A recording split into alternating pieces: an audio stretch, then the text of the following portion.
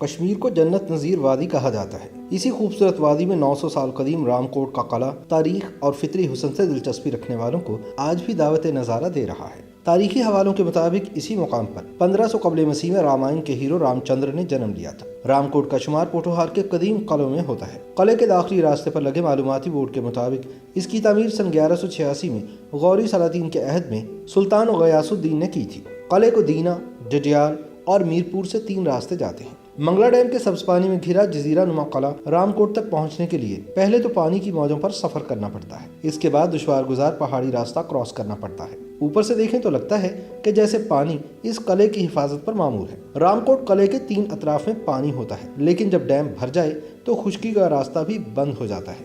روایت کے مطابق 1500 قبل مسیح میں یہاں رامائن کے ہیرو رام چندر نے جنم لیا اور تقریباً 3500 سال بعد یہاں ہی سیف الملوک کے حضرت میاں محمد بخش نے جنم لیا، جن کے مزار پر امیدوں اور آدرشوں کے چراغ اب بھی روشن ہیں۔ قلعے کے چبوترے سے 444 سیڑھیاں آپ کو رام کوٹ قلعے کے مرکزی دروازے تک لے جاتی ہیں۔ اگر ڈیم بھرا ہوا ہو تو یہ سیڑھیاں کم بھی ہو سکتی ہیں۔ مرکزی دروازہ ڈھلوانی چٹان پر بنایا گیا ہے تاکہ کسی بیرونی حملے کی صورت میں یہاں تک رسائی خاصی مشکل ہو۔ مرکزی دروازے میں سرخ اینٹ جبکہ باقی تمام جگہوں پر پتھر استعمال کیا گیا ہے۔ ایسا معلوم ہوتا ہے کہ جیسے کسی حملے کے نتیجے میں مرکزی دروازہ تباہ ہو گیا تھا، جس کے بعد اس کی تعمیر نو کی گئی۔ قلعے کے عقب میں ایک چھوٹا دروازہ بھی ہے جو شاید فرار کے لیے بنایا گیا تھا۔ مرکزی دروازہ 4 کمروں پر مشتمل ہے، جس میں سے 3 کمرے نیچے اور ایک بالائی منزل پر ہے، جس کے لیے مرکزی دروازے سے ایک سیڑھی اوپر جاتی ہے۔ قلعے کی ساخت بتاتی ہے کہ یہاں تہہ خانے بھی ہوں گے۔ کشتی سے اترتے ہی جب آپ پہاڑی پر چڑھائی چڑھتے ہیں تو قلعے کی عالیشان عمارت آپ کو حیران کرنا شروع کر دیتی ہے۔ نیچے دور تک نیل گمپانی اور پہاڑ کی چوٹی پر ایک قلعہ۔ قلعے کے اندر داخل ہوتے ہی آپ کو سامنے میدان میں 2 بڑے تالاب نظر آتے ہیں، جن کا مقصد بارش کے پانی کو ذخیرہ کرنا تھا۔ جب یہاں ڈیم نہیں تھا تو سینکڑوں سال پہلے یہ قلعہ دریائے جہلم اور دریائے پونچھ کے سنگم پر بنایا گیا تھا۔ گویا 3 اطراف سے قلعے کو دریاؤں نے گھیر رکھا تھا۔ چونکہ قلعہ خاصی اونچائی پر تھا، اس لیے پانی کی ضرورت کو بارش کا پانی اکٹھا کر کے پورا کیا جاتا تھا۔ ان 2 تالابوں کے درمیان چند کمرے بنے ہوئے ہیں جن کی چھتیں اب گر چکی ہیں۔ دوسرے تالاب کے ساتھ خام لوہا بڑی تعداد میں موجود ہے جو شاید ہتھیار سازی کے لیے استعمال میں لایا جاتا ہو۔ تالاب کے سامنے شمال کی جانب داروغہ کی رہائش گاہ ہے جہاں پہنچنے کے لیے سیڑھیاں بنی ہوئی ہیں۔ یہاں پر دونوں طرف کمرے ہیں جن کے درمیان ایک وسیع برآمدہ ہے جس کی چھت اب موجود نہیں۔ کمروں سے سیڑھیاں اوپر چھت اور تہہ خانوں کو جاتی ہیں۔ دونوں طرف کونوں پر باہر کی جانب ایسے کمرے موجود ہیں جو گولائی میں ہیں اور کال کوٹھیاں معلوم ہوتی ہیں۔ داروغہ کی رہائش گاہ اب اگرچہ شکستہ ہے مگر معمولی توجہ سے اسے اصلی شکل میں بحال کیا جا سکتا ہے۔ اس رہائش گاہ کے ساتھ کچھ فاصلے پر مزید کمرے بھی ہیں جو شاید داروغہ کے خاص خدمتکاروں کے لیے ہوں۔ قلعے کی فصیل کے ساتھ ایک ڈھلوان ہے جو یقیناً توپوں کو اوپر لے جانے کے لیے استعمال کی جاتی ہو۔ ایک توپ اب بھی فصیل پر موجود ہے۔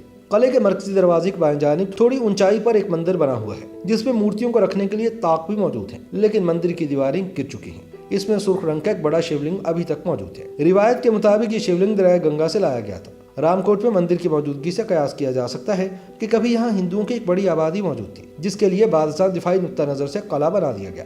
رام کوٹ، دان گلی اور پرپروالا کے قلعے اگرچہ گکھڑوں سے ہی منسوب کیے جاتے ہیں۔ The highlands of India is major general retired David J F Newall کے صفحہ نمبر 181 پر درج ہے کہ گکھڑوں کے آنے کے کم و بیش 1500 سال پہلے پروالا میں ہندوؤں کی مذہبی کتاب رامائن کا ہیرو رام چندر پیدا ہوا تھا۔ شاید یہی وجہ تھی کہ یہاں رام چندر کی نسبت سے رام کوٹ بسایا گیا تھا۔ اس کی تصدیق حبیب شاہ بخاری اپنی کتاب بھٹوار ماہو سال کے آئینے کے صفحہ 57 پر کرتے ہوئے لکھتے ہیں کہ منگلا ڈیم کے شمال مشرقی کنارے پر قلعہ رامپور آباد ہے جسے شری رام چندر کے نام پر تعمیر کیا گیا تھا۔ کہا جاتا ہے کہ یہ قلعہ غوری سلطان غیاث الدین نے بنایا تھا، لیکن معروف انگریز ماہر ارضیات و تاریخ دان فریڈرک ڈیو اس دعوے کی نفی کرتے ہیں۔ انہوں نے اپنی کتاب دی جموں اینڈ کشمیر ٹیریٹریز میں لکھا ہے کہ دریائے جہلم کے زیریں حصے کوٹلی اور میرپور کے مغرب میں ایک قبیلہ ہے جسے گکھڑ کہتے ہیں۔ ان کی سب سے اہم شاخ شاہو کہلاتی ہے۔ گکھڑ پہاڑی علاقوں میں رہتے ہیں، طاقتور دشمنوں کے ہوتے ہوئے بھی اپنی آزادی برقرار رکھے ہوئے ہیں۔ برطانوی راج میں دریا کے دائیں کنارے کے ساتھ ان کی عمارتوں کے آثار پائے جاتے ہیں جو ان کے شاندار ماضی کی عکاسی کرتے ہیں۔ انہی میں سے ایک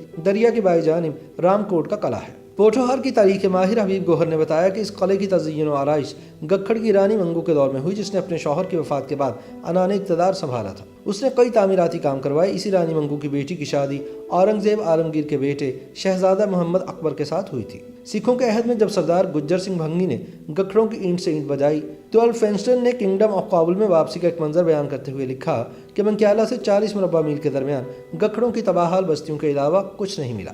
سکھوں کے عہد میں یہ قلعہ ڈوگروں کے قبضے میں دے دیا گیا تھا۔